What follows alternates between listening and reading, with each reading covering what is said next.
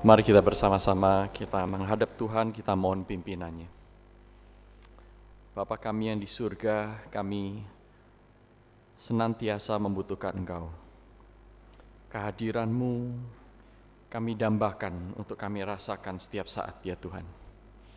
Tolong kami untuk percaya dan patuh kepada pimpinan Tuhan, sehingga menjalani hidup ini yang penuh dengan lika-liku dan penderitaan. Di dalam dunia yang berdosa ini, kami tidak pernah kehilangan iman bahwa Engkau adalah Allah yang mengasihi kami. Pimpinlah kami ya Tuhan, melalui firman-Mu, supaya kami boleh mendapatkan terang di tengah kegelapan dunia ini. Petunjuk di dalam kesesatan kami. Pimpin kami ya Bapa, dalam nama Tuhan Yesus Kristus kami berdoa dan mengucapkan syukur. Amin. Selamat pagi Bapak Ibu Saudara-saudari sekalian. Mari kita membuka satu bagian firman Tuhan yang akan kita renungkan bersama-sama pada pagi hari ini. Yang terambil dari kitab 1 Samuel.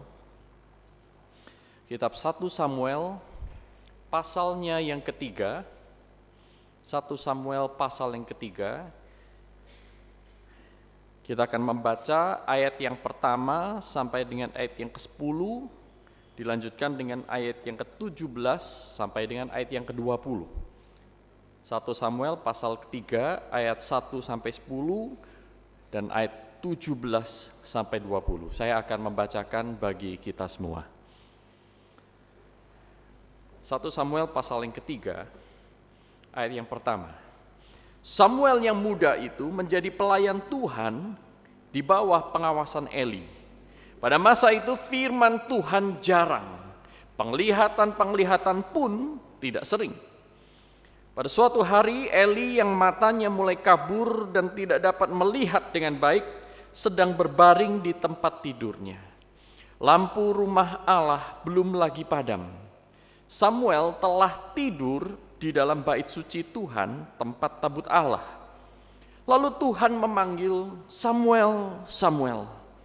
Dan ia menjawab, ya Bapa. Lalu berlarilah ia kepada Eli serta katanya, ya Bapa, bukankah Bapa memanggil aku? Tetapi Eli berkata, aku tidak memanggil, tidurlah kembali. Lalu pergilah ia tidur. Dan Tuhan memanggil Samuel sekali lagi. Samuel pun bangunlah, lalu pergi mendapatkan Eli serta berkata, ya Bapa, bukankah Bapa memanggil aku? Tetapi Eli berkata, aku tidak memanggil anakku, tidurlah kembali. Samuel belum mengenal Tuhan, firman Tuhan belum pernah dinyatakan kepadanya. Dan Tuhan memanggil Samuel sekali lagi untuk ketiga kalinya, ia bangunlah. Ia pun bangunlah, lalu pergi mendapatkan Eli serta katanya, ya Bapa, bukankah Bapa memanggil aku? Lalu mengertilah Eli bahwa Tuhanlah yang memanggil anak itu. Sebab itu berkatalah Eli kepada Samuel, pergilah tidur, dan apabila ia memanggil engkau, katakanlah berbicaralah, Yahweh, Tuhan. Sebab hambamu ini mendengar. Maka pergilah Samuel, dan tidurlah ia di tempat tidurnya. Lalu datanglah Tuhan berdiri di sana dan memanggil seperti yang sudah-sudah. Samuel, Samuel. Dan Samuel menjawab, berbicaralah, sebab hambamu ini mendengar. Ayat 17 sampai dengan ayat yang ke-20. Kata Eli, apakah yang disampaikannya kepadamu? Janganlah kau sembunyikan kepadaku. Kiranya beginilah Allah menghukum engkau, bahkan lebih lagi daripada itu, jika engkau menyembunyikan sepatah kata pun kepadaku dari apa yang disampaikannya kepadamu itu. Lalu Samuel memberitahukan semuanya itu kepadanya dengan tidak menyembunyikan sesuatu pun. Kemudian Eli berkata, dia Tuhan. Biarlah diperbuatnya apa yang dipandangnya baik. Dan Samuel makin besar dan Tuhan menyertai dia. Dan tidak ada satupun dari firman Tuhan itu yang dibiarkan Tuhan gugur. Maka taulah seluruh Israel dari Dan sampai Beersheba bahwa kepada Samuel telah dipercayakan jabatan nabi Tuhan. Saudaraku yang terkasih dalam Tuhan, di sini ada beberapa hal yang sangat menarik. Ada beberapa pengulangan, nanti kita akan melihat. Tetapi yang jelas dikatakan bahwa Allah menyertai Samuel. Allah menyertai Samuel. Ketika kita berbicara tentang penyertaan Tuhan, mungkin sebagian dari kita berpikir, ya jelaslah siapa yang tidak disertai Tuhan. Bukankah Tuhan itu Allah yang maha ada? Dia ada di mana-mana, dimanapun kita berada, maka di sanalah Allah. Bukankah Allah menyertai semua ciptaannya? Allah ada di mana-mana.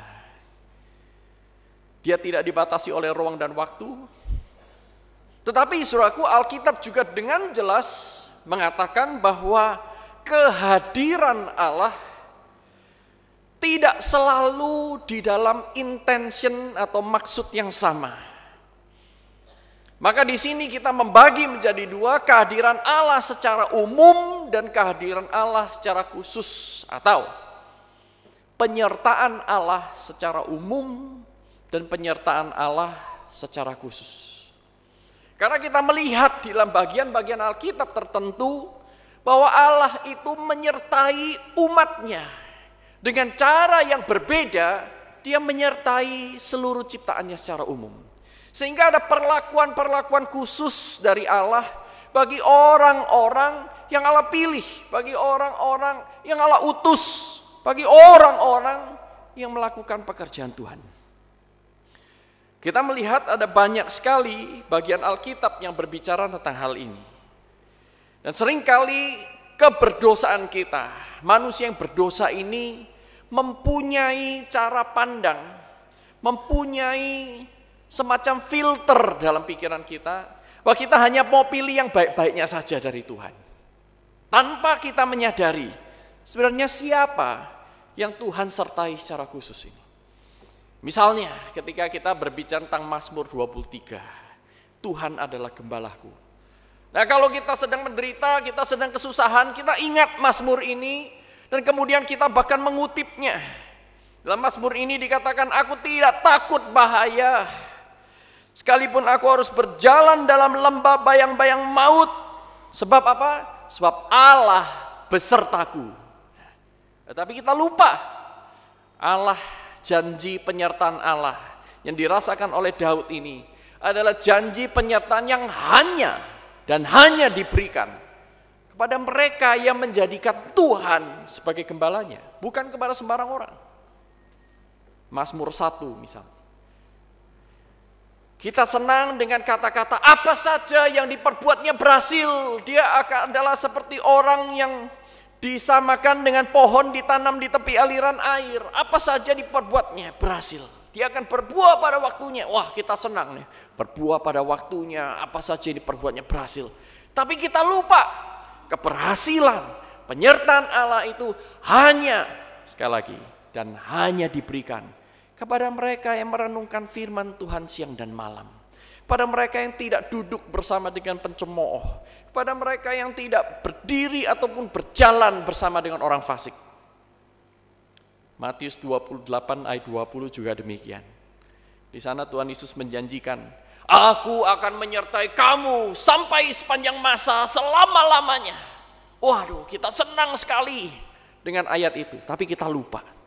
Ayat itu hanya dan hanya berlaku bagi mereka yang memberitakan Injil dan menjadikan seluruh bangsa murid Tuhan. Nah, saudaraku, siapakah sebenarnya orang-orang yang mendapatkan penyertaan Tuhan secara khusus ini? Salah satunya adalah Samuel. Mengapa Samuel berbeda dengan Eli? Mengapa Samuel berbeda dengan anak-anak Eli? Dikatakan Allah menyertai Samuel, tetapi Allah tidak menyertai Eli dan anak-anaknya. Hal yang pertama, saudaraku, mengapa Tuhan menyertai Samuel? Karena Samuel melayani Tuhan.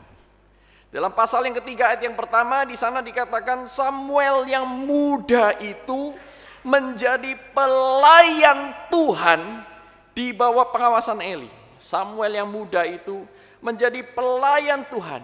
Di ayat 19 kalau saudara baca, di sana dikatakan dan Samuel makin besar dan Tuhan menyertai dia. Mengapa Tuhan menyertai dia? Yang pertama adalah karena Samuel melayani Tuhan. Saudaraku, ternyata bagian ini bukan pertama kali firman Tuhan mencatat bahwa Samuel melayani Tuhan. Kalau saudara melihat pasal sebelumnya, di pasal yang kedua ayat yang ke-11. Pasal kedua ayat yang 11. Di sana dikatakan, lalu pulanglah Elkanah, yaitu ayah dari Samuel, ke Rama. Tetapi anak itu tinggal bersama dengan Eli menjadi apa? Pelayan Tuhan. Samuel menjadi pelayan Tuhan sejak masa mudanya. Nah, saudaraku, saudara juga bisa melihat di pasal yang pertama ayat yang ke-27, di sana satu komitmen yang diberikan oleh Hana, ibu dari Samuel, kepada Tuhan.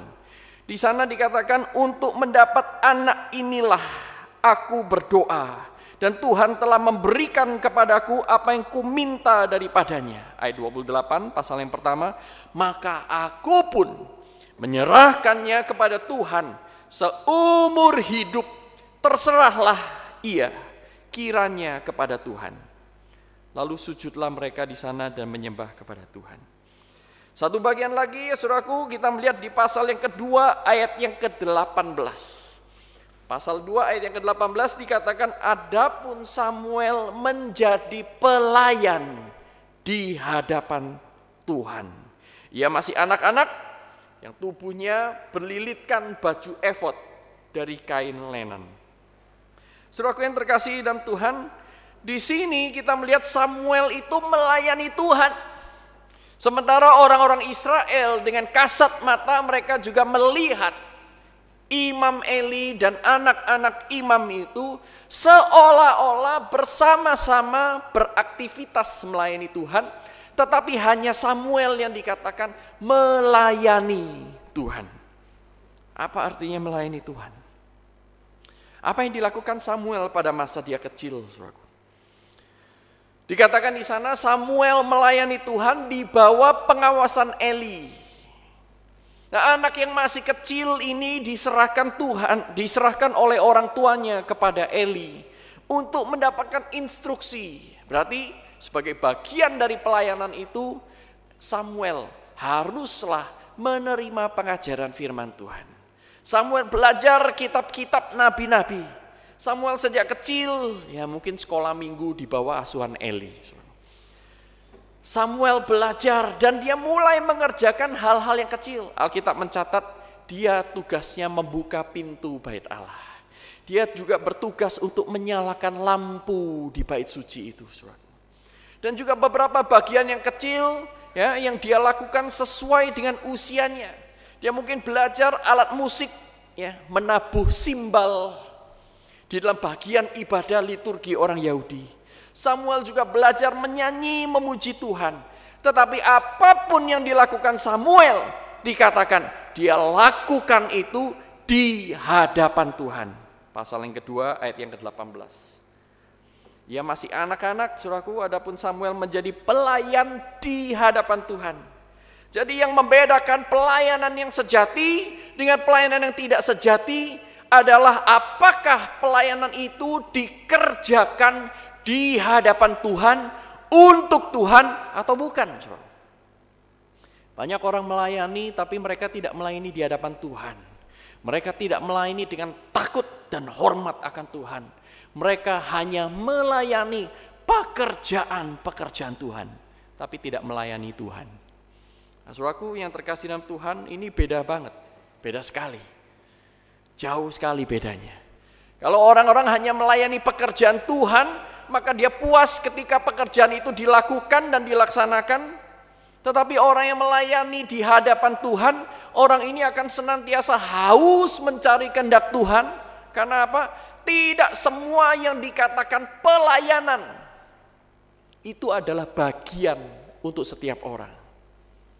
Ya, banyak orang melayani sesuai dengan yang dia kehendaki. Sehingga sebenarnya dia tidak sedang melayani kehendak Tuhan, dia melayani kehendak dirinya. Tapi saudara lihat di sini, Samuel dikatakan dia itu melayani di hadapan Tuhan. Dia adalah orang yang diserahkan kepada Tuhan. Dan Samuel sejak kecil menghidupi panggilan sebagai pelayan Tuhan ini. Kita juga mengingat satu kisah lain di Alkitab, yaitu Yusuf. Apa yang dilakukan Yusuf di Mesir, saudaraku? Yusuf mungkin menyapu rumah Potifar. Yusuf yang muda itu ngelap-ngelap, cuci piring. Apapun yang dia lakukan untuk Tuhan. Itulah sebabnya dalam Kejadian 39 ayat yang kedua di sana dikatakan Allah menyertai Yusuf. Mengapa Allah menyertai Yusuf? Allah tidak menyertai setiap budak yang dibuang ke Mesir. Allah tidak menyertai setiap anak muda yang tampan. Allah tidak menyertai orang-orang yang mengaku-ngaku melayani Tuhan. Tetapi Allah selalu menyertai orang-orang yang melakukan segala sesuatu untuk Tuhan.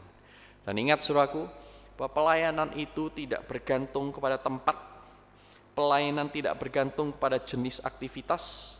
Tetapi pelayanan lebih bergantung kepada sikap hati kita. Apakah kita memiliki hati yang menyembah Tuhan ketika kita melakukan aktivitas? Apakah kita menjadi orang-orang yang ingin melakukan segala sesuatu untuk Tuhan? Sama seperti yang dikatakan Paulus dalam Kolose 3 ayat 23. Apapun yang kamu lakukan, lakukan dengan segenap hatimu seperti untuk Tuhan. Bukan untuk manusia. Paulus sedang berbicara tentang budak-budak yang harus melakukan pekerjaannya sebaik mungkin kepada majikan-majikan dunia ini. Dan apapun yang kamu lakukan, lakukan dengan segenap hatimu. Seperti untuk Tuhan, bukan untuk manusia. Dan Samuel melakukannya. Nah, saudaraku yang terkasih dalam Tuhan, satu kali ketika saya pulang rumah, waktu saya masih tinggal di dalam kampus, saya mendapati rumah saya itu berantakan. Itu namanya saya mempunyai 2 anak yang aktif, 2 anak yang sehat. Tapi saya melihat, waduh, rumah saya kayak kapal pecah. Dan kemudian saya lihat, waduh, saya melihat itu sudah lemes saya. Saya cari-cari di mana ya kedua anak saya dan istri saya. Oh, ternyata mereka ada di kamar tidur.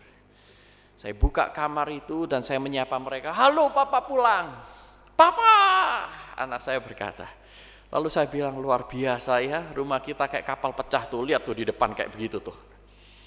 Nah, kemudian saya berkata demikian, siapa ya yang akan bersihkan ruang depan itu?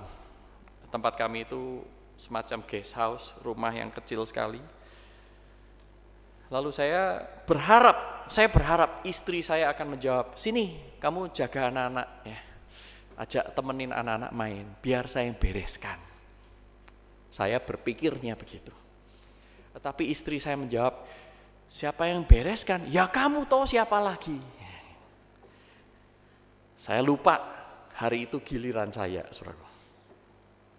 Akhirnya, oh iya ya, saya ya. Karena istri saya sudah temenin anak saya sepanjang hari. Dan kami tidak memiliki pembantu. Akhirnya saudaraku, saya ganti baju, lepas pakaian kerja, saya menggunakan pakaian rumah. Saya mulai mengambil satu persatu mainan itu, masukkan di boxnya. Nah, kemudian geser sofa itu. Ya, sofa itu sampai putar-putar ke arahnya kemana-mana, saudara.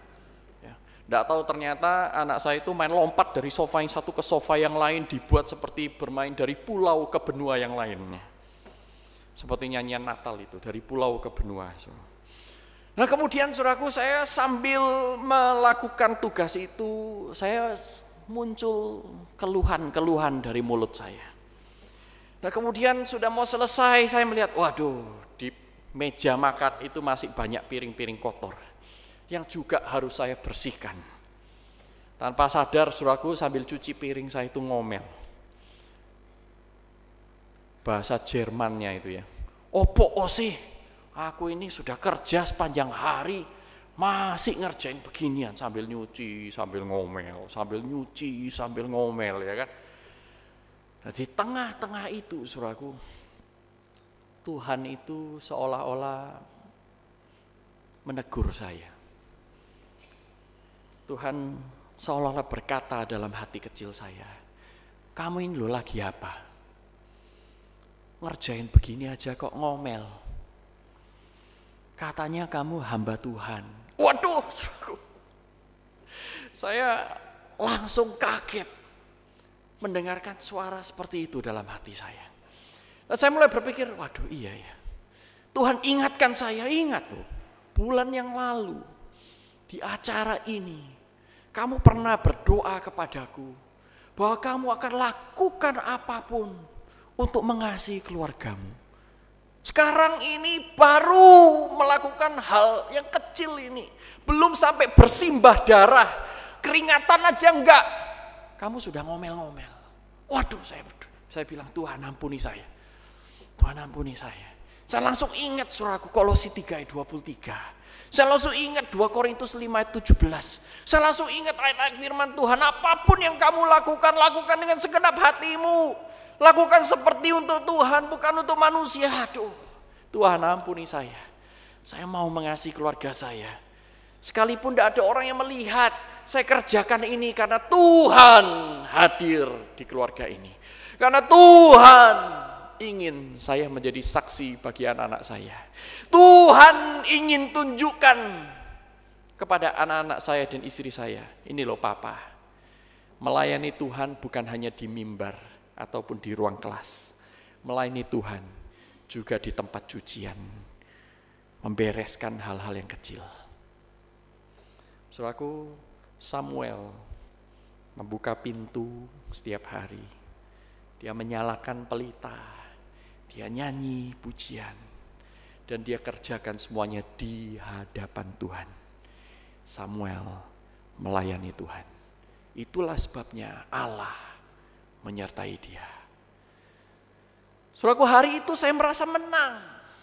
Saya berdoa, bertobat pada Tuhan. Tuhan ampuni saya mau lakukan ini untuk Tuhan. Tambahkan sukacita dalam diri saya. Tidak peduli orang melihat atau tidak melihat.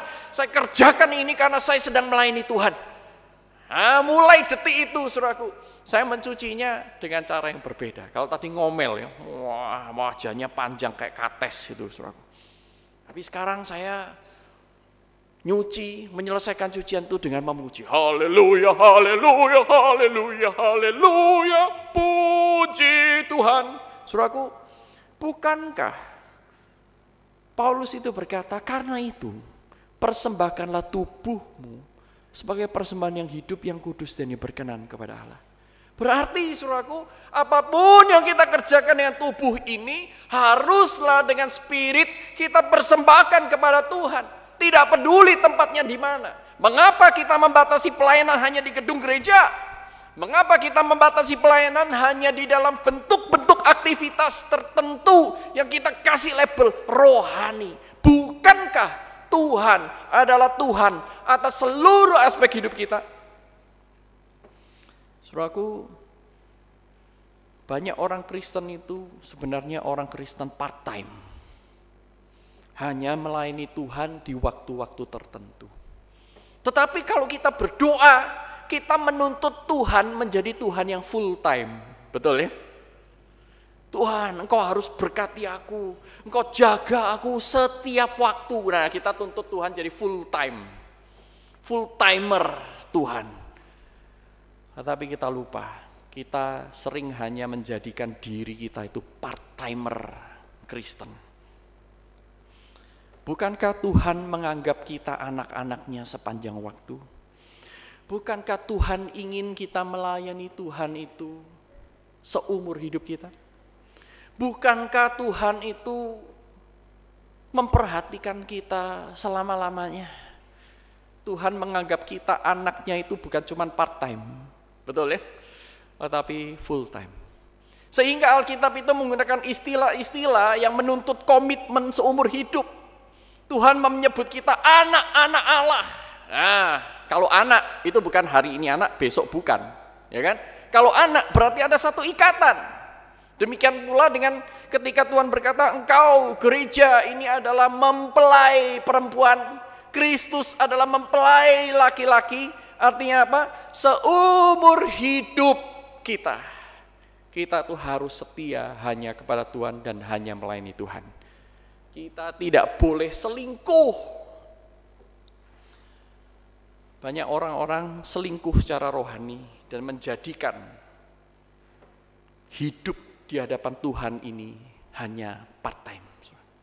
Satu kali seorang istri mendapati di kantong suaminya secarik kertas dengan nama perempuan, bukan nama istri.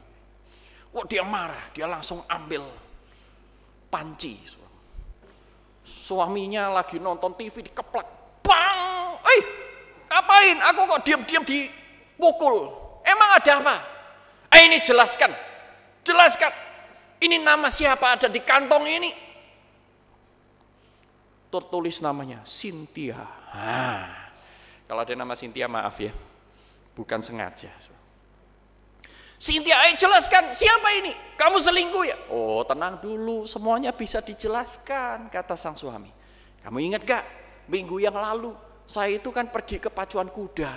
Ada kuda yang jago sekali. Nah, saya itu tidak ingin lupa namanya, maka saya catat namanya, Cynthia, nama kuda. Katanya. Oh gitu ya? Oh jadi kamu tidak selingkuh ya? Aduh, lega saya. Terima kasih ya, sorry ya kalau sudah bengkak ini. Saya kasih trombopop, ya, misalnya begitu. Kemudian saudaraku, 1 minggu berikutnya, marah lagi sang istri ini, saudaraku. Kali ini dia tidak ambil panci, dia ambil wajan. Dia pukul lagi suaminya, bang. Loh, kenapa sekarang kamu pukul aku lagi? Sang istri bilang apa? Itu tadi kudamu nelpon, katanya. Saudaraku, banyak suami-suami itu menjadikan hubungan suami istri itu part time. Hanya di rumah jadi suami, di luar jadi kekasih orang lain. Saudaraku, marilah jangan menjadi orang Kristen itu yang part time. Tetapi apapun yang saudara lakukan itu untuk Tuhan. Jadikan ruang kantor Anda itu mezbah bagi Tuhan. Jadikan dapurmu itu altar di mana engkau mempersembahkan tubuhmu untuk kemuliaan Tuhan. Jadikan ruang tamu, jadikan ruang tidur, jadikan mobilmu itu adalah tempat di mana Tuhan akan dimuliakan. Itu artinya saudara dan saya melayani Tuhan dan Tuhan akan menyertai engkau. Nah, saudaraku, yang kedua, mengapa Samuel disertai Tuhan? Karena Samuel ini adalah orang yang setia dan bisa dipercaya. Dalam 3 ayat yang ke-20 dikatakan, maka tahulah seluruh Israel dari Dan sampai Beersheba bahwa kepada Samuel telah dipercayakan jabatan Nabi Tuhan. Ini juga bukan tanpa pendahuluan. Saudara, jika melihat pasal yang kedua ayat yang ke-35, di sana dikatakan Tuhan berfirman, dan aku akan mengangkat bagiku seorang imam kepercayaan. Imam yang bisa dipercaya, imam yang setia. Kata dipercaya dengan setia ini dalam bahasa Ibrani, bahasa yang sama. Aman. Katanya aman. Aman itu bukan aman safety, tetapi aman dalam pengertian setia, faithful, pistis kalau dalam bahasa Yunaninya. Aman.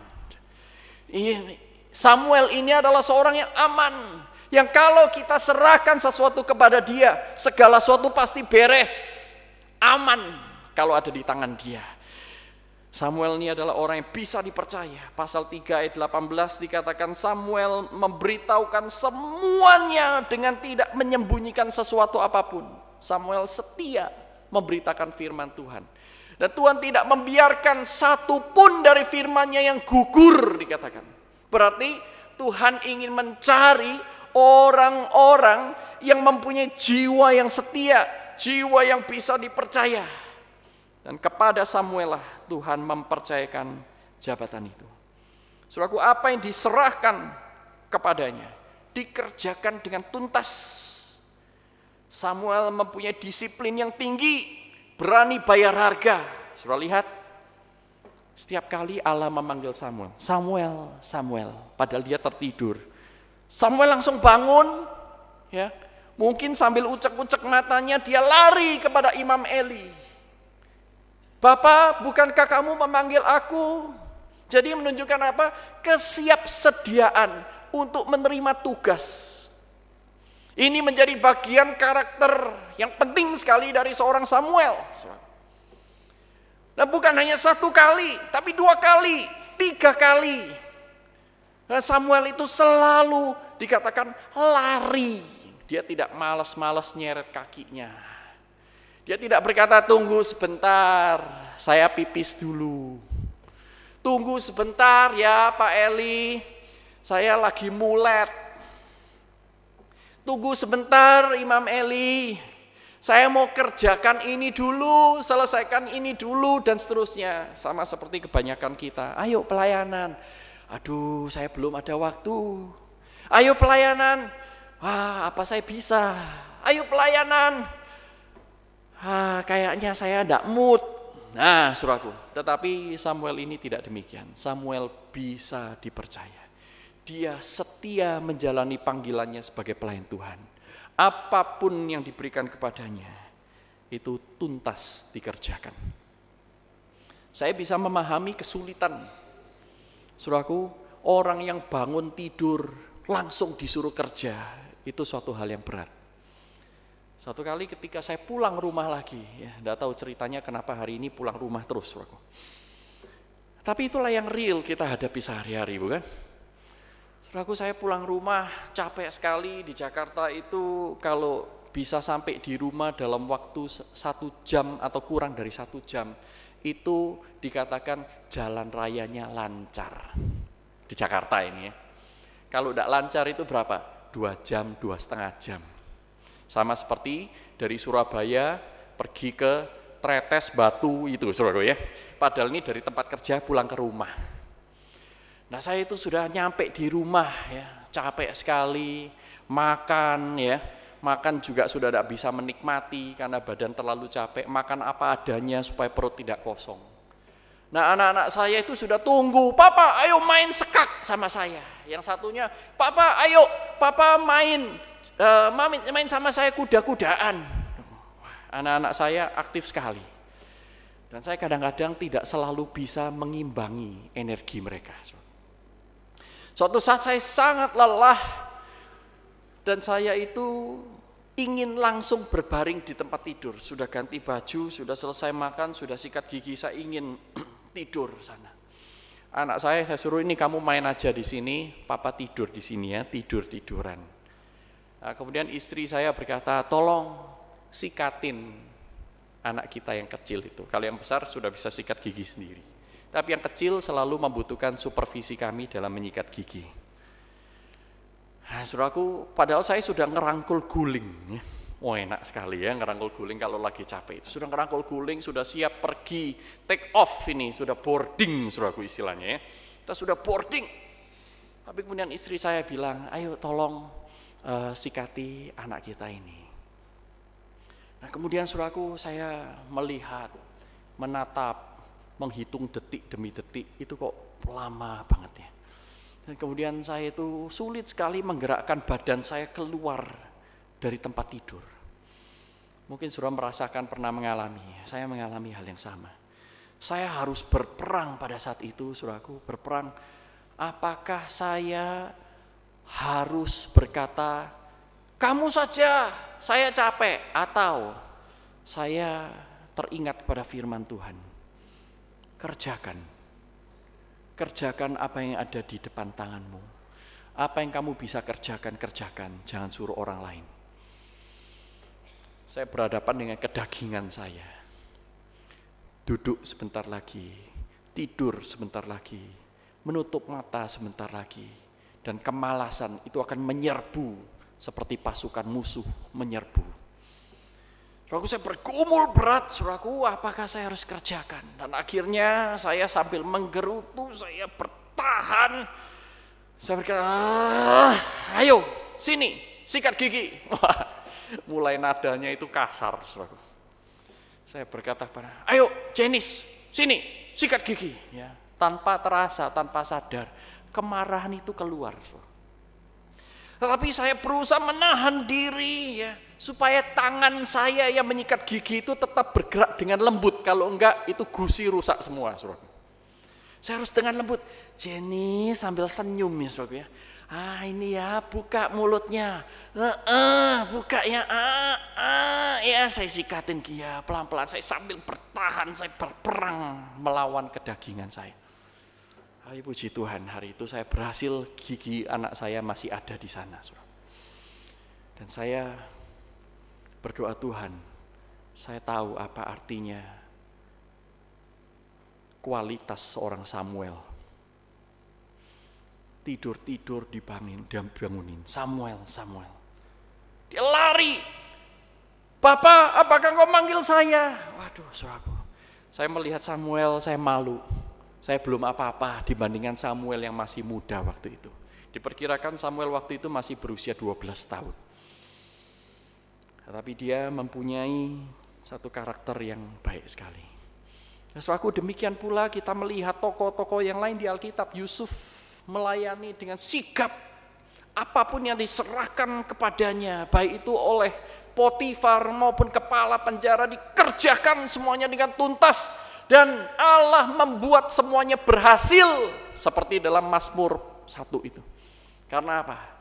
Karena mereka adalah orang-orang yang sigap, setia, dan bisa dipercaya. Nah, saudaraku, mengapa saudara dan saya harus menjadi orang yang setia? Mengapa saudara dan saya harus menjadi orang yang sigap, berani bayar harga sekalipun sulit, kerjakan pelayanan itu sebaik-baiknya? Karena Kristus sudah memberikan contoh kepada kita. Bukankah dalam Filipi pasal yang kedua Paulus berkata, dia taat sampai mati di kayu salib. Sampai dia berkata, selesai, tetelestai, genaplah sudah semua karya yang Tuhan percayakan kepada saya. Bukankah Tuhan melalui Kristus juga sudah membayar lunas hidup saudara dan saya. Sehingga saudara dan saya bukan lagi hamba dunia, bukan lagi hamba kedagingan, bukan lagi hamba nafsu, tetapi hanya menjadi hamba Tuhan. Ada orang berkata bahwa saya bukan hamba Tuhan. Hamba Tuhan itu ya Pak Lim, Pak Citung, Pak Hendri, Pak Hengki. Ya, saudaraku. Saya tanya, kalau kamu bukan hamba Tuhan, kamu hambanya siapa? Benar enggak, saudaraku? Setiap orang adalah hamba Tuhan karena Tuhan sudah menebus kita. Saudara dan saya dipanggil bukan untuk melayani yang lain, bukan untuk melayani diri, tetapi untuk melayani Tuhan. Seperti Samuel dipanggil untuk melayani Tuhan, dia kerjakan dengan setia. Bukan untuk mendapat sesuatu dari Tuhan, tetapi justru sebaliknya.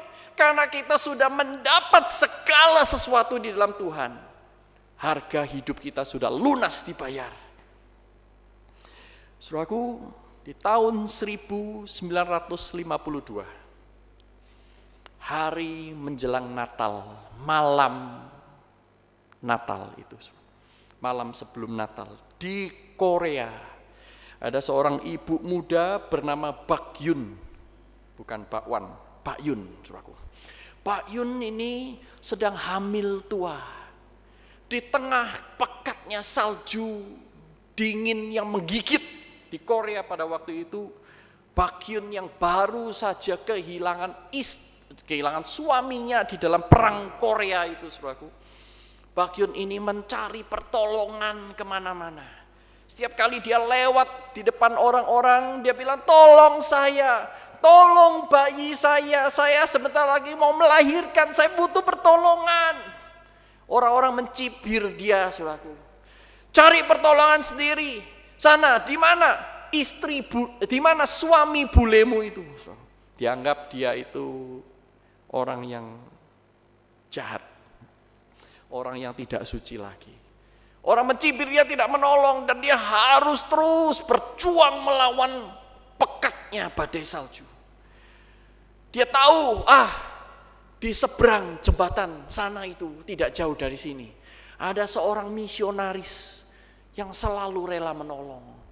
Kalau orang lain, keluarganya tidak bisa menolong, saya harus mencari dia, tidak ada jalan yang lain.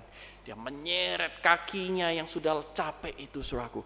Air matanya sudah membeku menjadi es karena kedingin yang luar biasa itu. Dia mulai berjalan. Begitu dia dekat kepada jembatan itu, saudaraku, dia merasakan, waduh, kontraksinya sudah 2 kali lebih cepat. Saudaraku. Dia merasakan, waduh, dia tidak tahan lagi. Ini sebentar lagi melahirkan.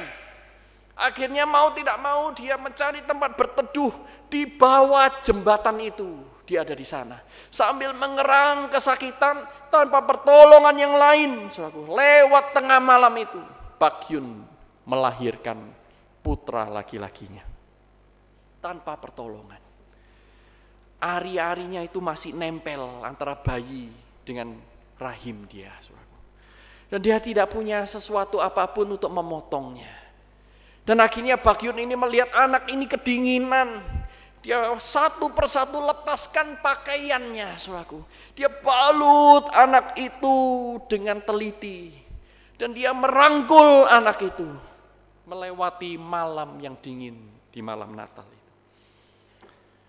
Kemudian keesokan harinya, sang misionaris mempunyai tugas untuk memberikan sebuah paket parsel kepada sebuah keluarga yang membutuhkan. Dia ambil truknya, dia naik melewati jembatan, dan ketika melewati jembatan itu, entah kenapa, saudaraku, mobilnya mogok. Dia berdiri, akhirnya keluar dari mobil, ya, dan berusaha untuk mengawasi, melihat mobilnya itu, dan dia mendengarkan suara bayi yang menangis. Di tengah cuaca yang masih dingin itu. Dia mencari, enggak mungkin ini suara bayi, mana ada bayi di dekat sini. Ini bukan tempat tinggal, bukan tempat kediaman orang-orang. Tidak ada rumah dekat sini. Kemudian dia mencari-cari sumber suara dan dia menemukan bayi didekap oleh orang tuanya yang sudah mati beku kedinginan. Dan akhirnya bayi ini langsung diselamatkan. Ya, nama misionaris itu adalah Miss Watson. Diambil, diselamatkan, cepat dibawa pulang ke tempat panti asuhan, tempat misionaris ini melayani. Dan dia panggil orang-orang yang lain untuk menolong. Dia mengangkat mayat mamanya, si Bakyun ini. Bakyun itu dikubur di dekat sana. Nah, kemudian anak ini diadopsi, diberikan nama Su Park. Diadopsi oleh misionaris ini. Dan misionaris ini berkata, Su Park, kamu ini adalah anak yang istimewa. Karena apa? Karena orang tuamu begitu mengasihi engkau. Dia rela mati untukmu. Setiap tahun, Su Park itu mendengarkan cerita yang sama. Nah, tibalah dia, saudaraku, di ulang tahun yang ke-12. Dia ulang tahun pada hari Natal. Di ulang tahun yang ke-12 itu, setelah dia selesai merayakan Natal dan merayakan ulang tahunnya bersama-sama dengan teman-teman di panti asuhan itu, dia mendekatkan diri kepada Miss Watson. Dia nyender di Miss Watson, dan Miss Watson menceritakan cerita yang sama. Su Park berkata, Miss Watson, apakah betul orang tua saya sangat mengasihi saya? Betul. Benar, yang saya ceritakan kepada kamu itu cerita yang benar. Kemudian Su Park itu berkata, tolong hantar saya ke tempat di mana mama saya itu dikuburkan. Oke, tapi kamu harus pakai pakaian yang tebal karena cuaca di luar dingin sekali. Pakaian yang tebal, saudaraku, bersama dengan Miss Watson diantar. Kuburan itu di dekat jembatan di mana Su Park ditemukan. Kemudian Su Park berkata kepada Miss Watson, tolong, saya ingin menyendiri. Jangan terlalu dekat dengan saya. Tolong jaga di sini. Saya akan pergi ke sana, ke kuburan mama saya. Miss Watson mengiyakan. Tapi Miss Watson ini dengan kaget terperangah. Dia melihat, saudaraku, Su Park itu melepaskan bajunya satu persatu. berlutut di hadapan kuburan mamanya. Satu persatu dia lepaskan. Dia lepaskan. Miss Watson tidak tahan, dia langsung mendekati anak itu. Kamu ngapain? Tapi dia mendengarkan anak itu terus berkata-kata dan berkata, Mama, sedingin inikah? Sedingin inikah, Mama? Ketika engkau menyelamatkan saya. Mama, sedingin inikah? Miss Watson mengenakan kembali pakaiannya. Saudaraku yang terkasih dalam Tuhan, masihkah kita mengingat kematian Kristus untuk saudara dan saya? Dia dari singgasananya di surga turun ke dunia, supaya saudara dan saya tidak lagi menjadi hamba-hamba dunia, tapi menjadi hamba-hamba Tuhan, mempunyai nilai yang kekal dalam hidup ini, mengerjakan pekerjaan Tuhan dengan setia. Apapun yang Tuhan percayakan kepada engkau, setiap orang dipercayakan hal-hal yang berbeda. Tapi apakah engkau mau mengasihi dia? Tuhan memberimu hidup satu kali. Apakah engkau akan menyia-nyiakannya? Mari kita tundukkan kepala kita berdoa.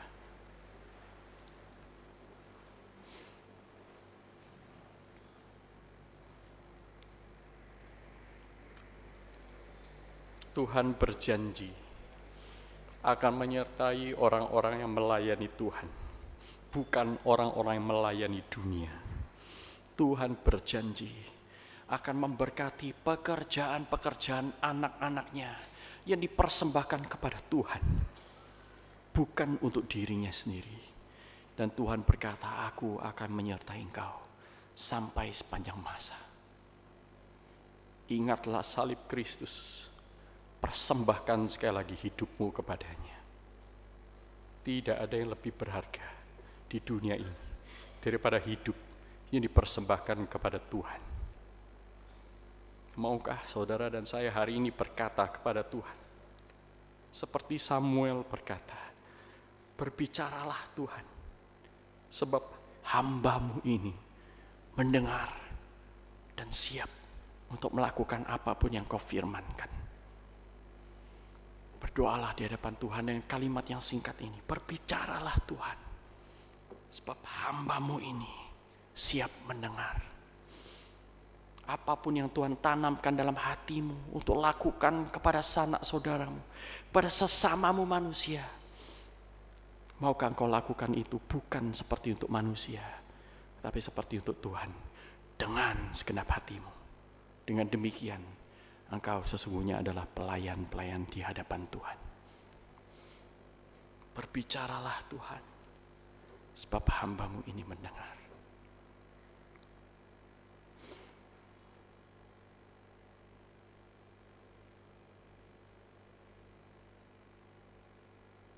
Tuhan, berbicaralah kepada kami, sebab kami mulai hari ini akan belajar untuk selalu siap mendengar, belajar menjadi hamba-hamba Tuhan yang semakin hari semakin setia, semakin hari semakin tekun, bisa dipercaya, mengerjakan dengan tuntas kasih kepada sesama yang Tuhan percayakan pada kami. Dalam nama Tuhan Yesus kami berdoa.